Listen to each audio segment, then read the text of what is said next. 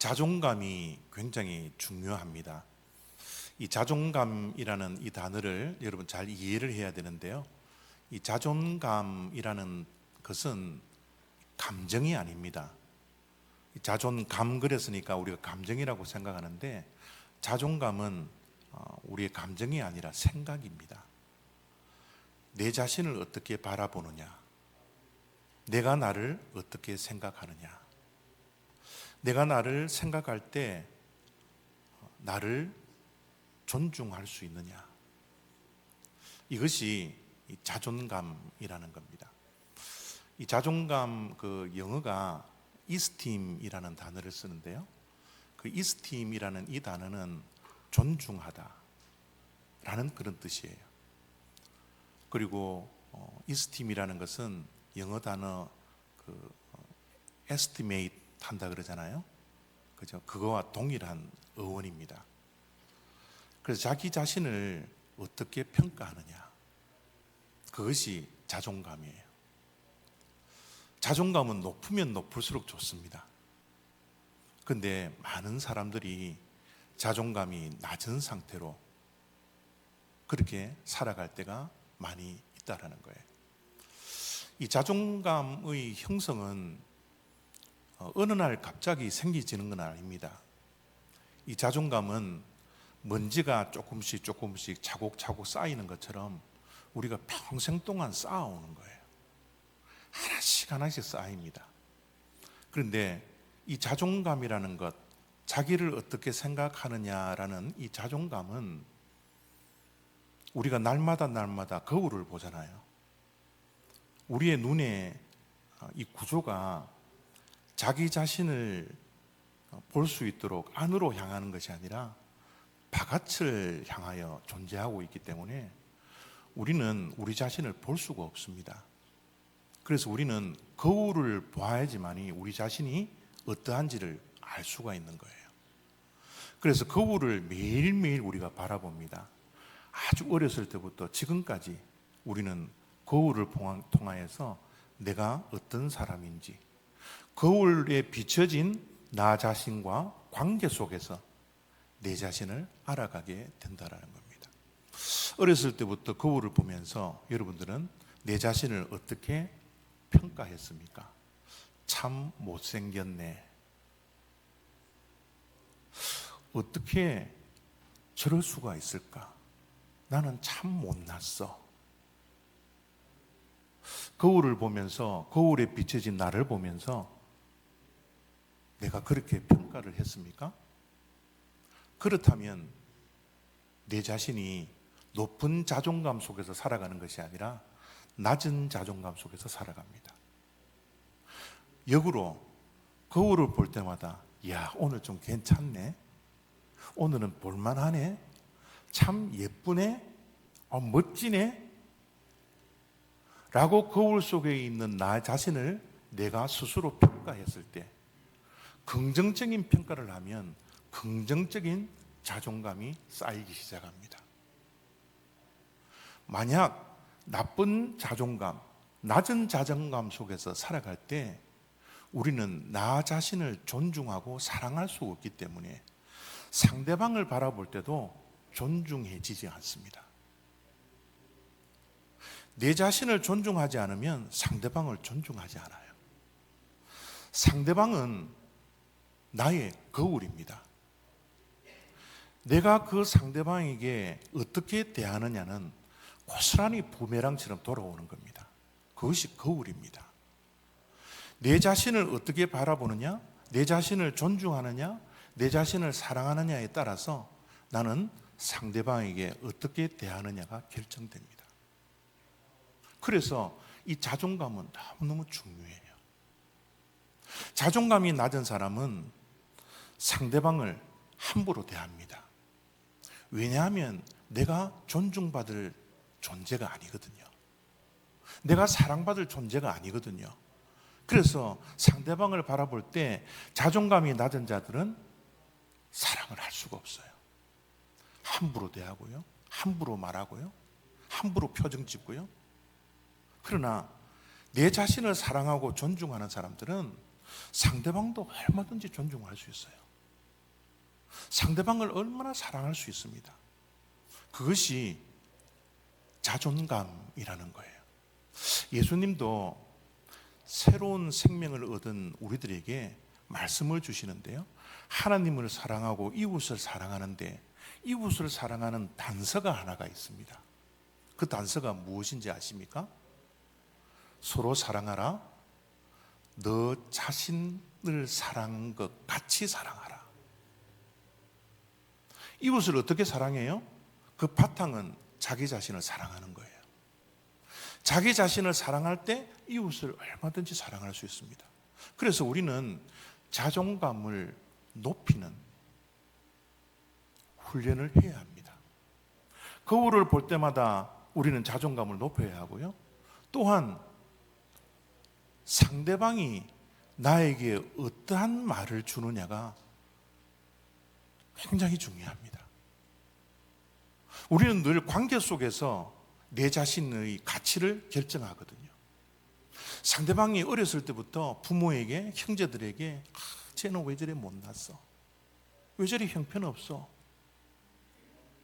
왜 저래 못생긴 사람이야? 부정적인 말을 듣고 사는 사람은 부정적인 자아상일 뿐만 아니라 자존감이 굉장히 낮습니다. 자존감이 낮으면요, 상대방이 뭔 조그마한 말을 해도 거기에 크게 반응을 해요. 화를 벌컥벌컥 냅니다.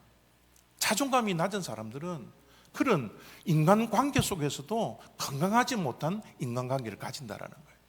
그러나 어렸을 때부터 부모에게 사랑을 많이 받고 존중을 받고 형제들에게 사랑을 받고 존중을 받았던, 친구들에게도 사랑을 받았던 그런 자들은 자존감이 높아서 누군가가 나에게 조금 안 좋은 소리를 해도요, 그냥 넘어갈 수 있습니다.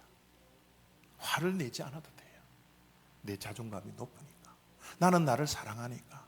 나는 나를 존중하니까. 우리의 행복은요, 자존감이 높은 자가 누릴 수 있다는 것 우리가 기억해야 합니다. 요즘 이 강아지를 보니까요, 이 강아지의 자존감이 굉장히 좀 높을 것 같아요. 왜냐하면 강아지는 요즘 강아지 대 강아지의 관계를 가지는 것이 아니라 강아지는 늘 사람과의 관계 속에서 살거든요. 그래서 여러분, 앞에 보이는 저 사진의 이름이 뭔지 아세요? 사진 이름을 처음 들어보시는 분들도 있겠지만, 저 사진에 나와 있는 개가 타고 있는 그것은 무엇이냐 하면 유모차가 아니라 개모차라고 합니다. 한국에는 저 개모차가 거리마다 돌아다닌다고 해요. 좀 충격적인 그 통계를 제가 보았는데요, 2024년도에 미국은 모르겠지만 한국의 통계를 낸 것을 보니까 유모차의 판매량보다 개모차의 판매량이 넘어섰다고 합니다.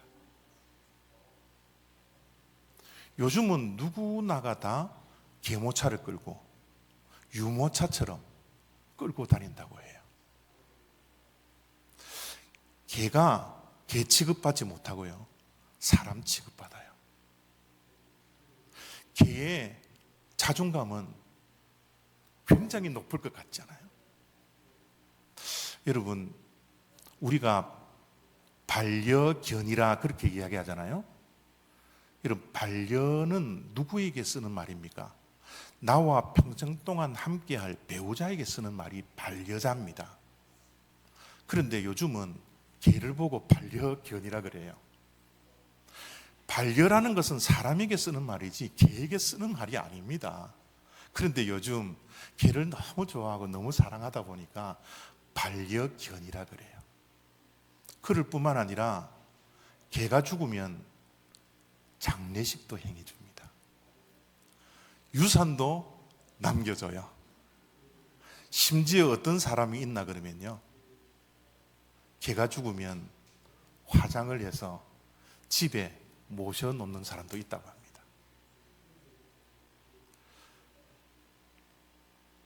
자존감은 관계 속에서 높이가 결정되기 때문에 개들의 자존감은 굉장히 높을 것이라 그렇게 사람들은 이야기를 합니다.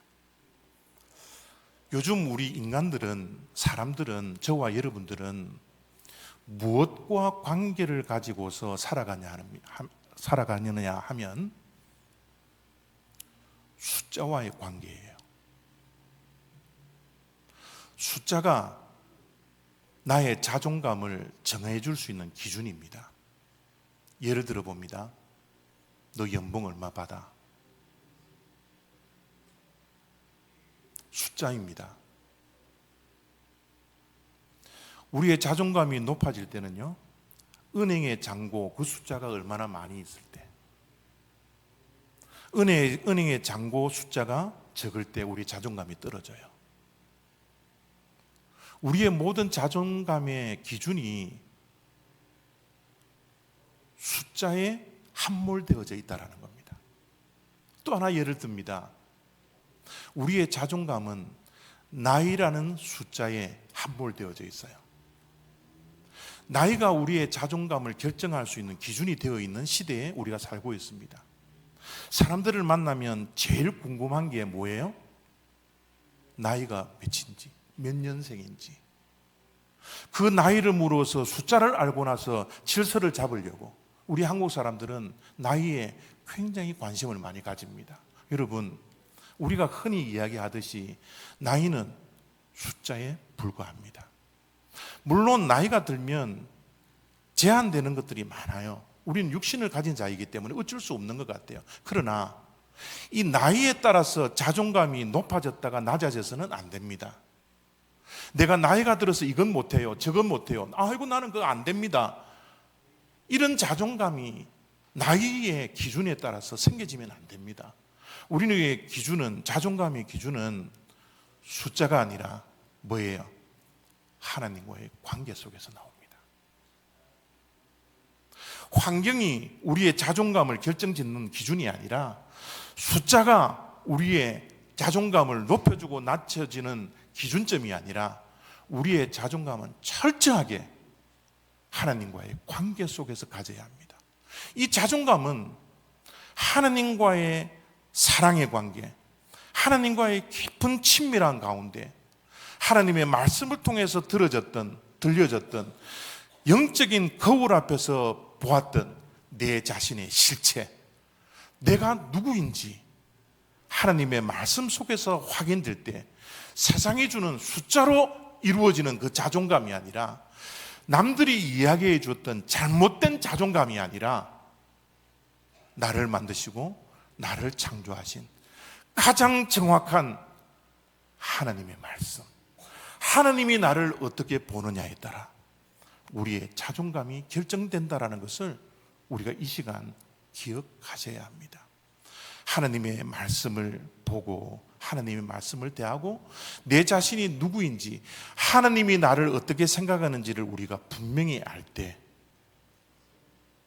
세상 사람들의 기준과 숫자와 관계없이 우리의 자존감은 높아진다는 것을 우리가 기억해야 합니다. 오늘 말씀은 종려주일에 대한 말씀입니다. 종려주일은 여러분들이 너무나 잘 알고 있듯이 예수님께서 네 번째 종려 유월절을 맞이하면서 예루살렘에 입성하는 그 모습을 우리들에게 보여주고 있습니다. 그때의 모습을 이렇게 기록하고 있습니다. 나귀 새끼를 끌고 와서 자기들의 겉옷을 그 위에 얹음에 예수께서 그 위에 타시니 무리의 대다수는 그들의 겉옷을 길에 펴고 다른 이들은 나뭇가지를 베어 길에 펴고 호산나 호산나 했습니다. 다윗의 자손이여 호산나 호산나. 여러분, 오늘 말씀 속에 예수님에게 조금 집중해 보기를 원합니다. 예수님께서 예루살렘 입성하시면서 많은 사람들의 환호 소리를 들으면서 호산나 호산나 다윗의 자손이여 찬송하리로다, 이 외침을 들으면서 예수님께서 입성을 하셔요. 그런데 예수님의 모습은 초라한 모습입니다. 예수님은 작고 초라하고 보잘것없는 나귀 새끼 등에 올라타 예루살렘에 입성하고 계시는 모습이에요. 지금 예수님께서 환호 소리를 듣고 예루살렘에 입성하시는 저 입성의 모습은 사실은 저런 모습이 되어서는 안 됩니다. 왜냐하면 호산나라고 외치는 저 호산나의 뜻은요, 우리를 이제 구원해 주십시오. 예수님을 구원자로 사람들은 맞이하고 있습니다. 그냥 맞이할 뿐만 아니라 그들의 겉옷을 나귀 위에 올려놓고 또 타고 오시는 그 길에 자기의 겉옷을 다 이렇게 내려놓았습니다. 밟고 지나가라고요. 여러분, 저렇게 하는 모습은 로마 제국 때의 개선 장군들에게 하는 모습이에요. 전쟁에 나가서 그들에게 승리를 주고 이 땅에 평화를 준 그 개선 장군들, 그들이 전쟁이 끝나고 나서 성에 입성할 때 많은 사람들이 우리를 구원해 주시니 감사합니다. 우리에게 평화를 주어서 감사합니다.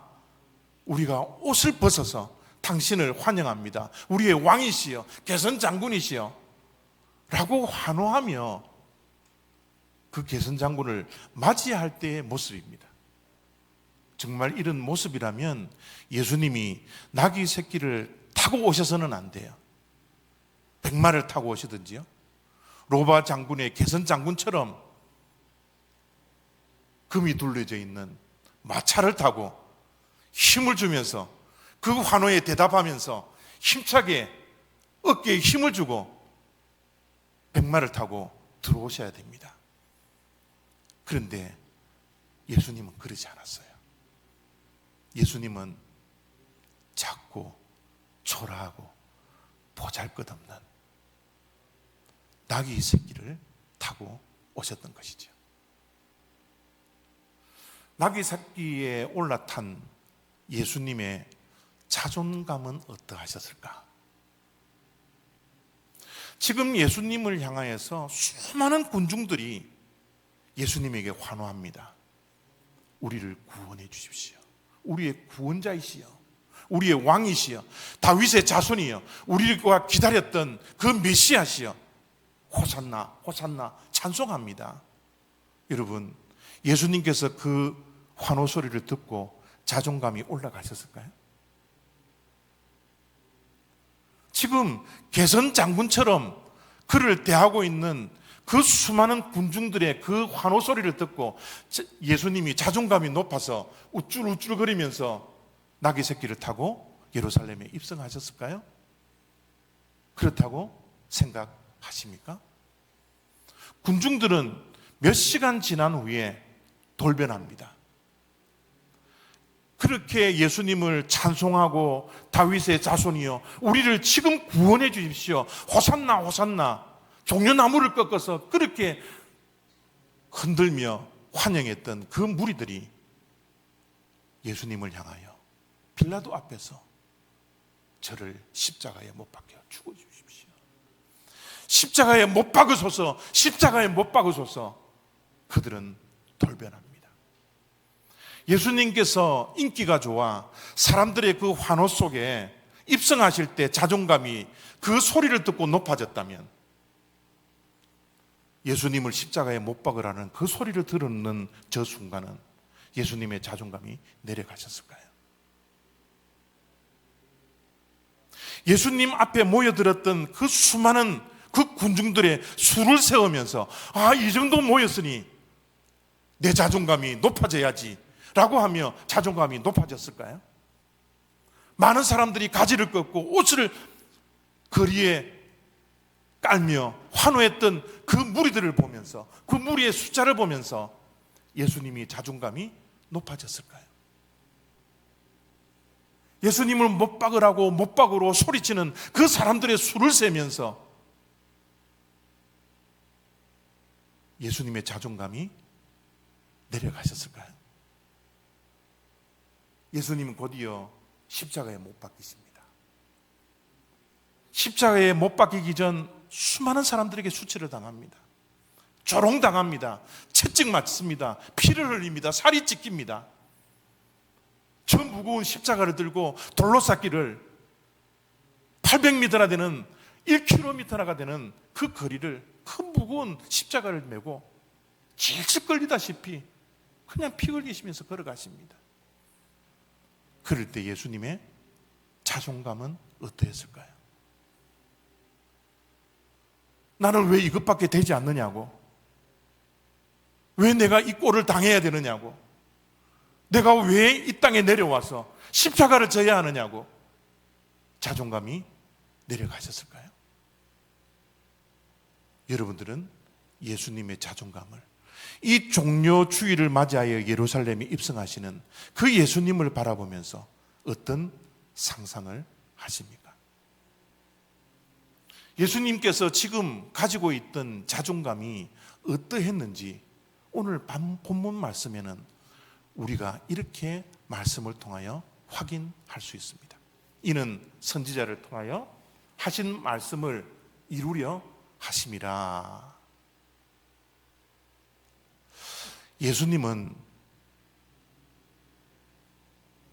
예수님의 자존감이 숫자에 의해서 좌우되지 않습니다.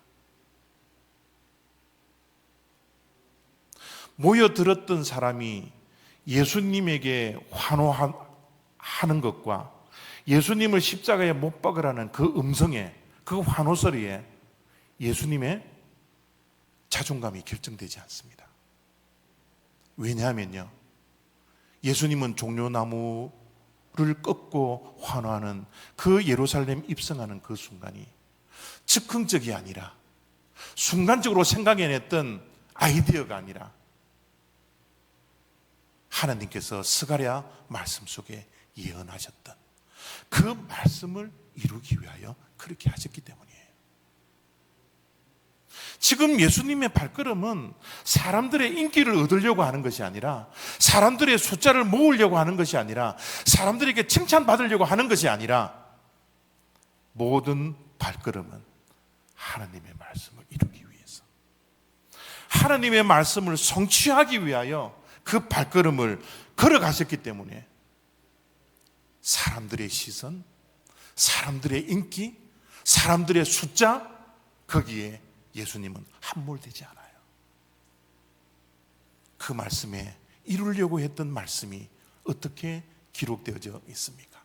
시온 딸에게 이르기를 내 왕이 내게 임하나니 그는 겸손하여 나귀 곧 멍에 매는 짐승의 새끼를 탔도다. 예수님은 하나님의 말씀을 이루시기 위하여 이 땅에 오셨습니다. 그 발걸음을 묵묵히 걸어가며 하나님과의 관계 속에서 말씀에 순종하는 발걸음을 걸어가요. 그 말씀은 예수님을 향하여 뭐라고 기록되어져 있습니까? 왕이라고요. 겸손한 왕이라고요. 나귀 새끼를 타고 가는 그 초라한 모습 속에서 예수님은 예수님을 어떻게 생각하고 있습니까? 예수님은 예수님을 어떻게 존중하고 있습니까? 나는 하나님께서 보내주신 이 세상 모든 만물을 다스리는 왕이라고요. 그러나 겸손하게 나귀 새끼를 타고 오는 겸손의 왕이라고요. 예수님은 사람들 앞에서 굴욕적으로 자기 자신을 낮추지 않습니다. 굴욕을 당하는 게 아니에요. 예수님은 당당한 겸손의 왕이에요. 하나님과의 관계 속에서 진짜 자존감이 높은 사람은 겸손하되 당당한 겸손을 가집니다. 굴욕적이지 않아요. 내가 낮아진다고 해서, 내가 겸손하다고 해서 수치스럽지 않습니다. 사람들이 나에게 박수 쳐주지 않는다고 해서, 내가 인기를 얻지 못한다고 해서, 사람들이 인정해주지 않는다고 해서 자존감이 내려가지 않습니다. 하나님과의 관계 속에서 진짜 자존감을 예수님은 가지고 있었기 때문에 그들이 돌변하여 예수님을 십자가에 못 박혀 죽으라고 외치는 그 소리 속에서도 예수님의 자존감은 흔들리지 않아요. 십자가에 달려 돌아가는 그 수치와 그 굴욕과 그 저주를 당하는 십자가 앞에서도 예수님은 끝까지 겸손할 수 있었습니다. 그래서 예수님은 제자들에게 이런 말씀을 남겨놓으시죠. 누구든지 자기를 높이는 자는 낮아지고 자기를 낮추는 자는 누구든지 하나님께서 높여줄 것이라고요. 예수님은 굴욕을 당하는 것이 아닙니다. 하나님께서 스가랴 선지자를 통하여서 예언하셨던 그 겸손하신 그 메시아가 타고 오실 그 나귀를 당당하게 겸손하게 타고 오시는 거예요. 하나님의 관계 속에서 하나님에 대한 믿음이 있었습니다. 내가 이렇게 낮아지더라도 하나님이 언젠가는 나를 높여주실 것이라는 이 믿음요, 스스로 낮아지는 이 겸손을 통해서 하나님께서 나를 영광의 왕으로 높여주실 것이라는 이 믿음요, 하나님과의 관계 속에서 가지는 이 자존감이 있었기 때문에 십자가 앞에서 굴하지 않았습니다. 마지막까지 하나님의 말씀이 응하도록 하나님의 말씀에 순종하며 그 발걸음을 겸손하게 자기 자신을 스스로 낮추면서 당당한 겸손의 왕으로 예루살렘에 입성하셨던 것이죠. 이런 책 제목이 있습니다. 예수님께서 당당하게 이런 겸손의 왕으로 입성하신 것을 우리가 믿는다면 우리들도 이 땅에서 예수님처럼 겸손해야 하는데 어디까지요? 죽을 만큼 겸손하라고. 앤드루 머레이라는 목사님이 지었던 저 책 한번 읽어보십시오. 사순절 6번째 주간을 맞이하며 고난 주간을 보내야 할 저와 여러분들이 오늘 예수 그리스도의 겸손한 왕의 모습을 보면서 우리가 삶 속에 적응해야 합니다.